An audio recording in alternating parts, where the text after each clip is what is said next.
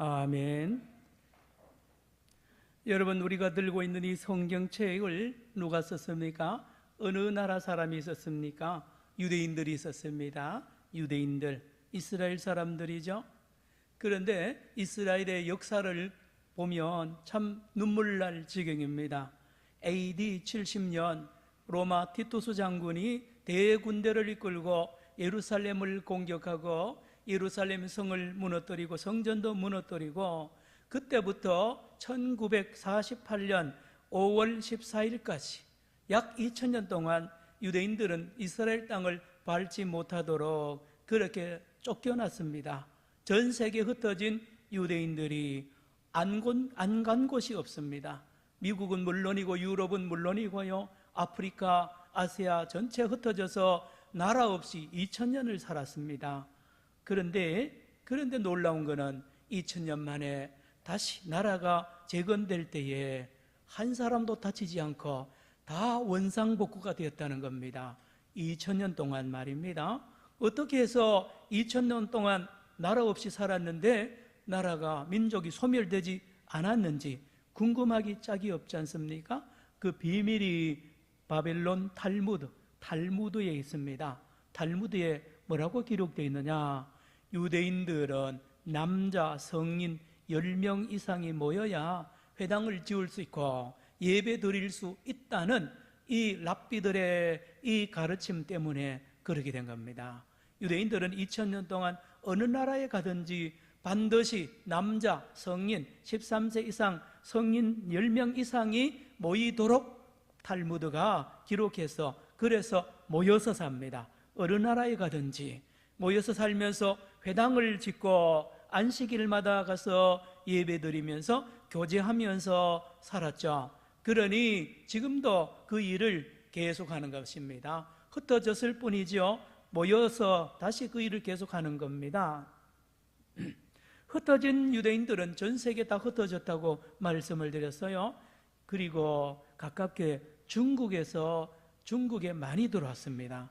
1163년도에 중국의 우리 서해 건너편입니다. 카이펑이라는 곳에 회당터가 발견되었고요, 회당이 건축되어졌습니다. 거기서 중국 안에 회당을 짓고 유대인들이 거기서 상주하고 생활했습니다. 아마도 조선 사람들과 유대인들이 그 카이평을 중심으로 교류를 했지 않나 하는 그런 추측도 하고, 세종대왕의 한글이 히브리어하고 너무 원리가 비슷하기 때문에 어떤 학자는 한글이 이 히브리어하고 연결되어 있다, 영향을 받았다고 하기도 합니다. 중국까지 돌아서 일본에도 유대인들이 많이 들어가 있고요, 지금도 2000명 이상의 유대인들이 살고 있습니다.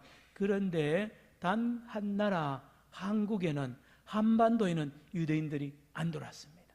그래서 세계 대부분의 민족과 나라는 유대인들을 같이 섞여 살았기 때문에 유대인들을 잘 압니다. 같이 살아보면 알게 되잖아요. 그런데 한국 사람들은 유대인들을 잘 모릅니다. 여러분도 잘 아는 것 같죠? 같이 살아봐야 잘 알지 않습니까? 지금 유대인들은 우리나라에 150여 명 정도 삽니다. 누구냐? 주한 미군들 안에 유대인 2세, 3세들이 들어와서 그러고요, 그들이 금요일마다 미군 부대 안에서 회당에서 랍비의 집례로 예배를 드리고 있습니다. 주한 이스라엘 대사 가족들과 이스라엘의 기업인들의 가족들이 우리나라에 살 뿐입니다. 여러분, 우리가 가지고 있는 성경책 유대인들이 있어서 우리한테 배달하고 나눠준 거 아닙니까? 우리 산정형교회도 유대인들과 직접 관계는 없습니다만은 멀리 관계가 있는 것 같습니다. 유계준 장로님이 평양에서 이제 혼자 남아서 6.25 전쟁 때 자녀들 다 내려보내고 우리 예배당을 지킨 유계준 장로님, 그 넷째 아들 이름이 유기천 박사님입니다. 법학 박사세요. 나머지 모든 자녀손들은 의사들이 많은데 이분은 법학자입니다. 서울대 총장을 역임했고요. 그런데 이 유기천 박사의 부인이 유대인입니다. 이걸 아는 분은 많지 않을 거예요.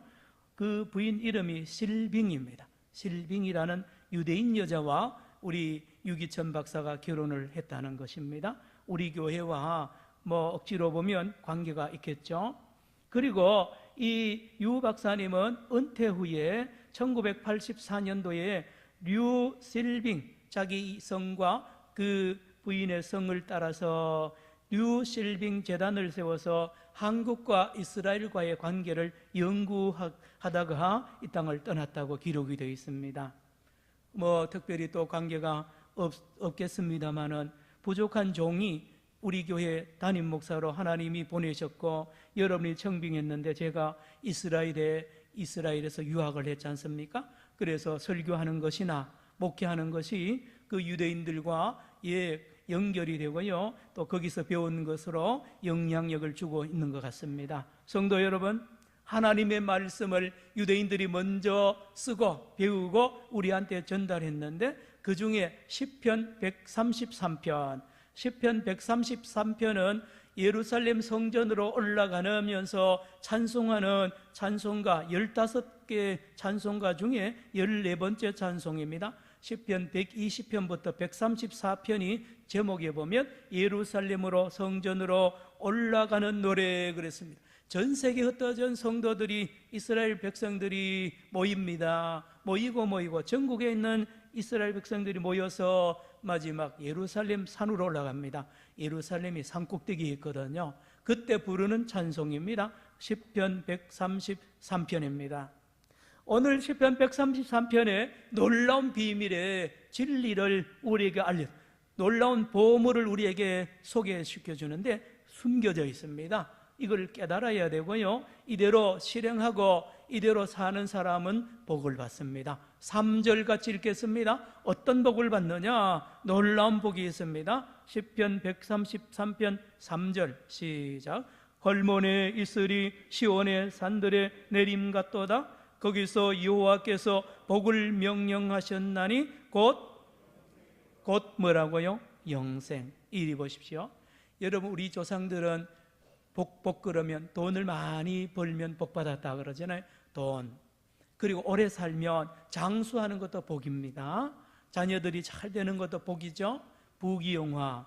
그런데 유대인들이 하나님의 심부름으로 우리한테 전한 성경책에서는 최고의 복이 뭔지 아세요? 최고의 복은요, 돈도 아닙니다. 자녀 잘 되는 것도 아닙니다. 오래 사는 것도 아닙니다. 놀랍게도 한번 따라합시다. 영생. 따라합시다. 영생.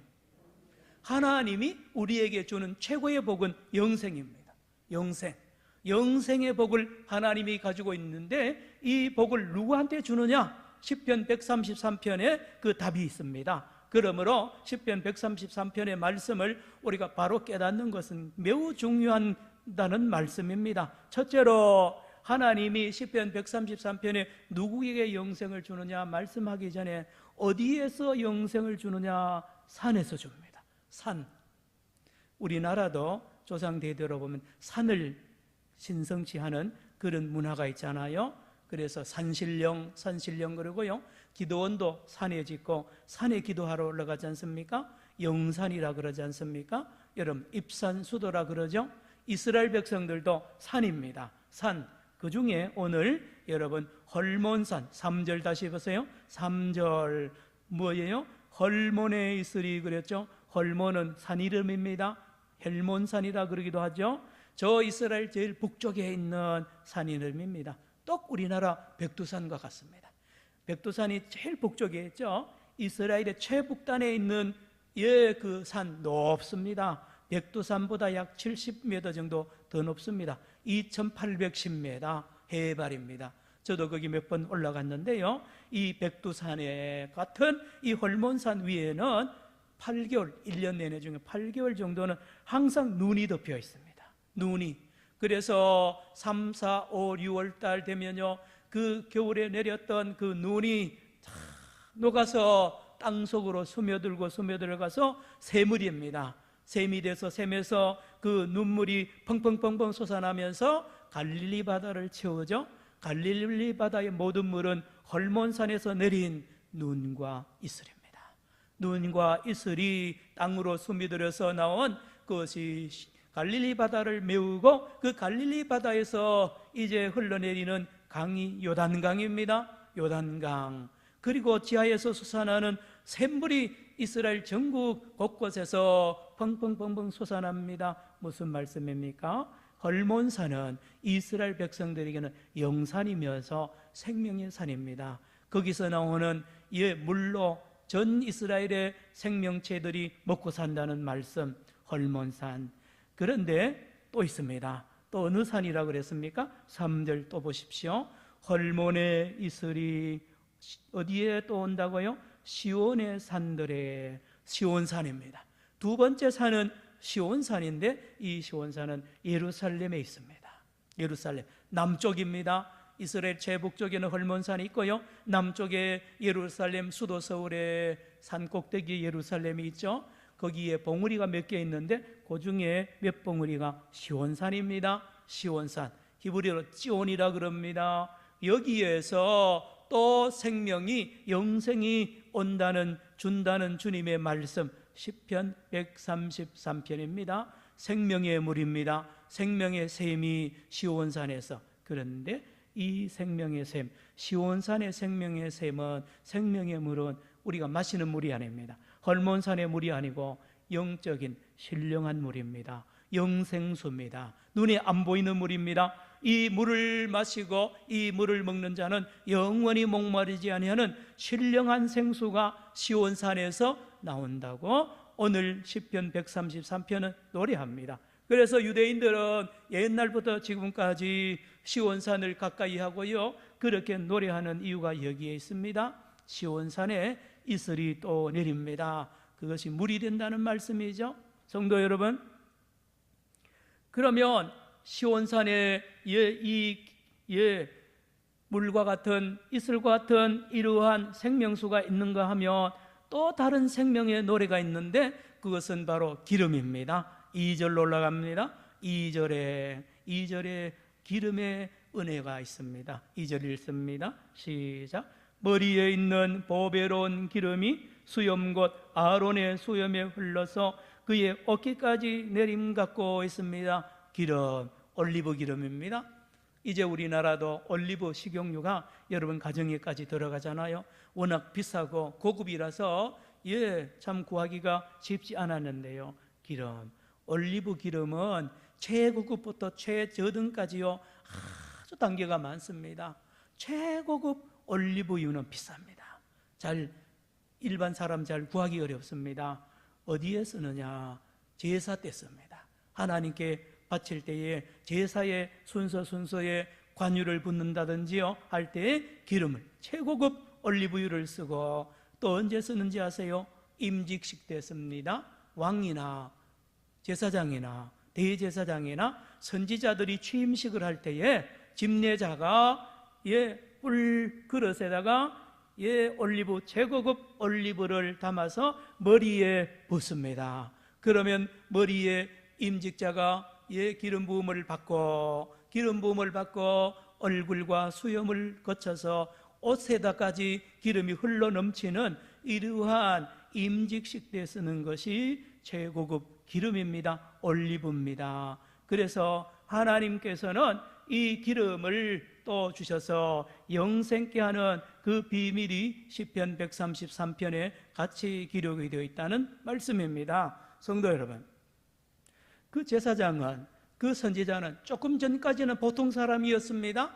그런데 임직식에 기름 부음을 받은 순간부터는 다른 사람이 됩니다. 직분이 달라지죠. 종직을 받습니다. 그의 말이, 그의 삶이 거룩해지고요, 엄청난 그 막중한 직분을 맡게 됩니다. 이 전통이 사도행전 7장에 6장에 나오죠. 7 집사를 뽑습니다. 그리고는 안수기도를 하지 않습니까? 안수기도를 해서 안수집사를 세워서 교회의 기둥 같은 일꾼으로 삼고, 오늘 우리 한국교회와 세계교회도 목사와 장로와 안수집사와 권사를 세울 때에 안수기도하는 것도 여기에 기름 붓는, 머리에 기름 붓는 것을 뿌리를 두고 있는 거 아닙니까? 장로님이 어제까지는 집사님이었는데 안수하고 나서는 장로가 됩니다. 다릅니다. 직분이 다릅니다. 교회에서 맡은 직분이 다르고요, 말하는 게 다르고요, 막중한 이 사명을, 직분을 감당하게 되는 것은 바로 기름 부음을 받고 안수받는 것부터 시작이 됩니다. 자, 그런데 여기에 이슬은 도대체 무엇이며 기름은 도대체 무엇입니까? 우리가 이슬을 먹은들, 기름을 바른들 아닙니다. 여기에 이슬과 기름은 따라합시다. 성령. 따라합시다. 성령. 성령을 말합니다. 성령의 기름을 말하며 성령의 이슬을 말합니다. 성령은 생명수여 이슬입니다. 그리고 성령은 거룩한 기름입니다. 그래서 시편 133편에 하나님께서 미리 알려줍니다. 이제 하나님이 택한 사람들에게 머리에 기름을 부어줄 것이고 이슬 같은 성령을 부어줄 것을 말씀하셨다는 거예요. 요한복음 7장 38, 39절 앞부분 제가 읽습니다. 예수님의 말씀이세요. 나를 믿는 자는 성경의 이름과 같이 그 배에서 생수의 강이 흘러나리라 하시니 이는 그를 믿는 자의 받을 성령을 가르쳐 말씀하신 것이라. 예수님께서 믿는 제자들에게, 믿는 사람들에게 앞으로 너희들은 성령을 받을 것인데 이 성령은 생수의 강이 되어서 너 배에서 영원히 목마르지 않고 영원히 끝나지 아니하는 물로 너희를 살리고 너희들을 살릴 것을 주님이 말씀하셨습니다. 요한복음 4장 14절 주님은 또 이렇게 말씀하셨어요. 내가 주는 물을 마시는 자는 영원히 목마르지 아니하리니 내가 주는 물은 그 속에서 영생하도록 솟아나는 샘물이 되리라. 성령을 말합니다. 성령. 성도 여러분, 가장 중요한 것은 뭡니까? 기름이요 이슬이 성령이다. 그보다 더 중요한 것은 누구에게 주냐 말입니다. 하나님이 누구에게 이슬 같은 성령, 기름 같은 성령을 부어주시느냐, 그것이 중요합니다. 누구에게 줄까요? 1절입니다 1절 같이 읽겠습니다. 이 사람들에게 하나님께서 성령을 주시겠다고 약속하신 말씀, 시작. 보라, 형제가 연합하여 동거함이 어찌 그리 선하고 아름다운고. 다시 읽습니다. 보라, 형제가 연합하여 동거함이 어찌 그리 선하고 아름다운고. 그랬습니다. 형제가 연합하여 동거할 때에 하나님께서는 그들 각자에게 성령의 기름, 성령의 이슬을 주신다는 말씀. 연합하여 동거한다는 뜻은 서로 사랑하는 걸 말합니다. 하나님의 백성들, 하나님의 자녀들이 한자리에 모여서 앉아서 같이 음식을 나누고 기도하고 서로 발을 씻겨주고 서로 사랑하는 모습을 볼 때에 하나님은 너무 기뻐하십니다. 하나님의 기쁨입니다. 여러분, 하나님이 보실 때 가장 아름다워하신다고 말씀하잖아요. 예. 세상의 아름다운 경치를 보면 아름답다, 뷰티풀 그러지 않습니까? 원더풀 그럽니다. 하나님은 그걸 보고 아름답다 그러지 않아요. 하나님은 그것 보고 기뻐하지 않습니다. 하나님은 그것 보고 선하다 그러지 않아요. 누가요? 하나님의 백성들이 한자리에 모여서 서로 교제하고 서로 사랑하고 서로 용서하고 서로 섬기는 그 자리, 그 모습을 볼 때 하나님은 너무너무 기뻐하고 춤을 추시고요, 아름다워하시고 선하게 보시고 선물을 주시는데 바로 이슬 같고 기름 같은 성령을 부어주신다는 말씀, 시편 133편입니다. 성도 여러분, 저와 여러분 이러한 은혜를 받기를 축원합니다. 여러분, 구약 성경과 신약 성경의 관계를 아시죠? 구약 성경은 예언입니다. 다시 말하면 설계도예요.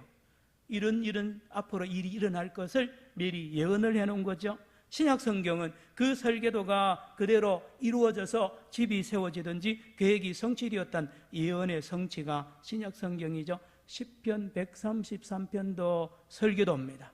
앞으로 어느 시대가 되면 시편 133편과 같은 놀라운 성령의 기름 부음 받음이, 성령의 이슬 같은 역사가 일어날 것을 예언을 해놨는데 이루어졌다는 거예요. 어디서요? 신약 성경에서요? 어디에서요?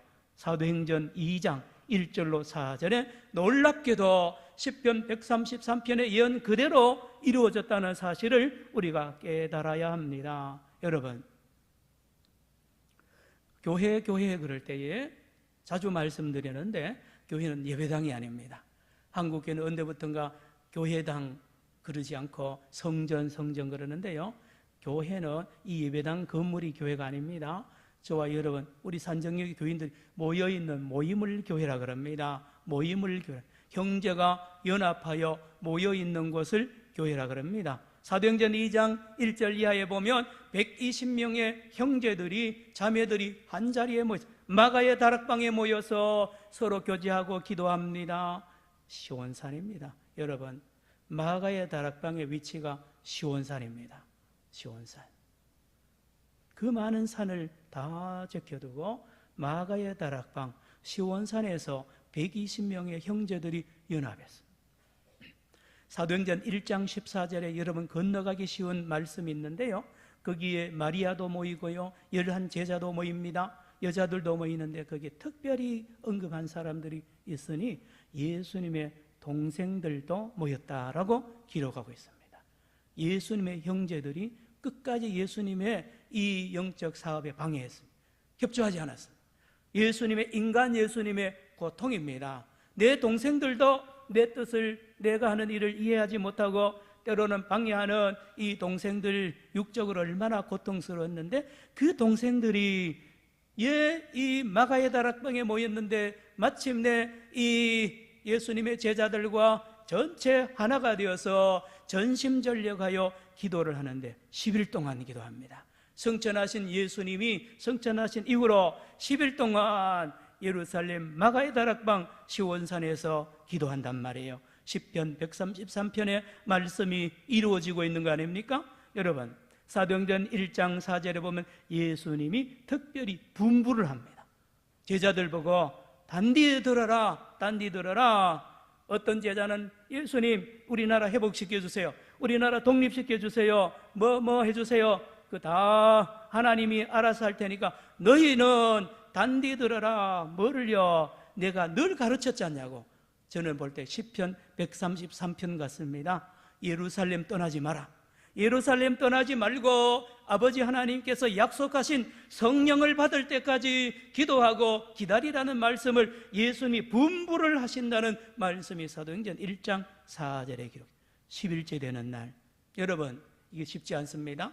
하루, 이틀, 3일 언제 올지도 몰라요. 성령이 뭐를 해야 될지도 모르고요, 무슨 일이 일어날지도 모르면서 10일 동안 이 120명이 형제들이 연합하여 동거하면서 기도하다가 50일 오순절날 10일째 되는 날 하늘로부터 급하고 강한 바람 같은 성령이 각 사람 120명 머리마다 기름 부음 받고 이슬 같은 생명의 역사가 일어난 줄로 믿으시기를 축원합니다.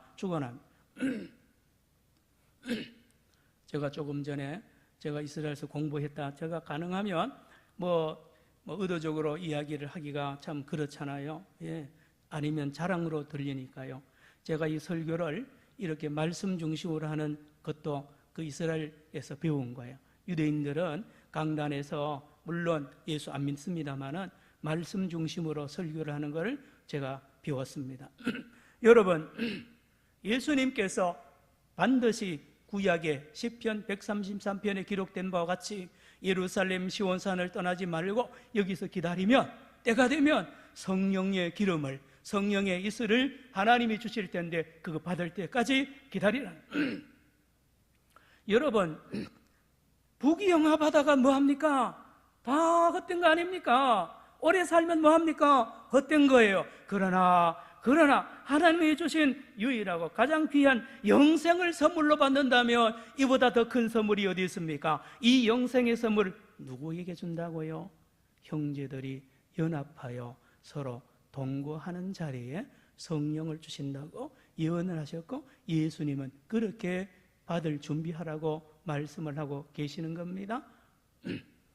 여러분, 우리 사도신경을 을신앙 고백하죠. 거룩한 공교회와, 여기 공교회라는 것이 무슨 뜻인지 아세요? 세계 모든 교회를 말합니다. 우리는 장로교라서 장로교만 우리 하나님이 사랑한다? 아닙니다. 감리교도 사랑하시고요, 침례교도 사랑하시고, 순복음, 이단 사이비를 빼고는 전부 다 공교회입니다. 한번 해외 나가보세요. 다른 파에 있는 이 목사님이나 성도들, 다른 나라 사람 만나보세요. 세상에 처음 보는데도 소통이 됩니다. 신기합니다. 다 예수 안에서 한 형제거든요. 대화하면 대화가 되고요, 찬송이 다 통하고요, 성령이 공교회를 통하여 성도가 서로 교통하는 것과, 따라합시다, 성도가 서로 교통하는 것과, 그렇습니다. 우리 부산 산정교회만 보세요. 여러분 옆에 앉아있는 성도 여러분하고 피가 섞였습니까? 전에 알던 사이입니까? 고향이 같습니까? 아닙니다. 다 다릅니다. 그런데 한 형제잖아요. 얼마나 자주 만납니까? 일주일에 한 번만 만나도 대단하잖아요. 수요일, 주일, 새벽기도 늘 만나는 것은요, 우리 육신의 형제 자매들요, 우리 아들, 딸도 그렇게 못 만납니다. 그렇죠? 여러분 잘 아셔야 됩니다. 우리는 하나님의 한 가족이고요, 한 형제입니다. 그렇습니다. 자, 코로나19 기간에 한국교회와 세계교회가 가장 큰 것을 깨닫고 배운 게 있습니다. 뭔지 아십니까? 모두 교회 지도자들과 학자들이 영상으로 예배 드려야 된다. 영상으로도 예배, 대면 비대면 예배 그런데요, 코로나가 끝날 쯤부터 깨달은 게 하나 있는 게 뭐냐? 예배만 드렸더니만 교인들이 죽더라는 거예요. 예배만 드려가지고는 신앙생활하는데 생명이 없더라는 거예요. 뭔데요? 예배와 성도의 교제입니다. 또 따라합시다. 성도의 교제. 우리 코로나 기간에 여러분 가끔 보셨는지 모르지만 저는 유심히 봅니다. 예배 마친 다음에 우리 연세 드신 어른 권사님들 집에 안 가시고요, 로비에 이렇게 몇 번 앉아가지고 계속 마스크 끼고 이야기하는 거예요. 집에 가기 싫어가지고요. 왜요? 성도들하고 대화하고 싶어가지고 얼마나 애타는 모습을 봤습니다. 한국교회, 세계교회 깨달았죠. 예배뿐만 아니라 성도의 거룩한 교제가 생명이라는 걸 깨닫고요, 이제 비대면 예배를 강조하는 건 사라져버렸습니다. 여러분, 성도의 교제입니다. 여러분, 우리 교회가 다음 주일부터 구역예배를 드립니다. 구역예배, 10년 이상 멈췄던 구역예배가 드려지는데 놀라운 일이 일어날 것입니다. 방방마다 두 구역, 세 구역이 모여가지고 찬송하고 기도하고요, 성도의 교제를 나눕니다. 그리고 서로의 아픔을 나누고 중보 기도하는 이 거룩한 구역예배가 하나님 앞에 우리 산정영교가 드려질 때에 하나님이 기뻐하고 아름답게 보셔서 성령의 기름과 성령의 이슬을 내리실 줄로 믿습니다. 여러분 다 참여하시기 바랍니다. 장로님, 권사님 다 참석하셔야 됩니다. 새가족도 참석하셔야 됩니다. 하셔서 구역장이 인도하는 그 구역예배에 참여하면서 우리가 형제가 연합하여 하나 되는 모습을 보일 때에 우리 하나님이 기뻐하십니다. 그렇다니까요.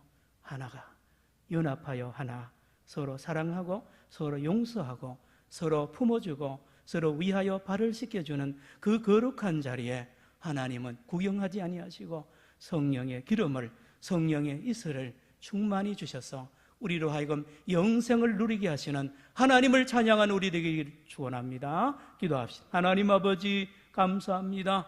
우리가 쉬었던 구역예배 주여 은혜 가운데 준비하고 있습니다. 다음 주부터 드려지는 구역예배 방방마다 마가의 다락방 시원산이 되어서 하나님이 주시는 성령의 충만함을 받고 구역이 살아나며 우리 교회가 크게 부흥하는 놀라운 계기가 될 줄로 믿습니다. 형제가 연합하여 동거하는 귀한 교회 되게 하여 주옵소서. 예수님의 이름으로 기도드리옵나이다.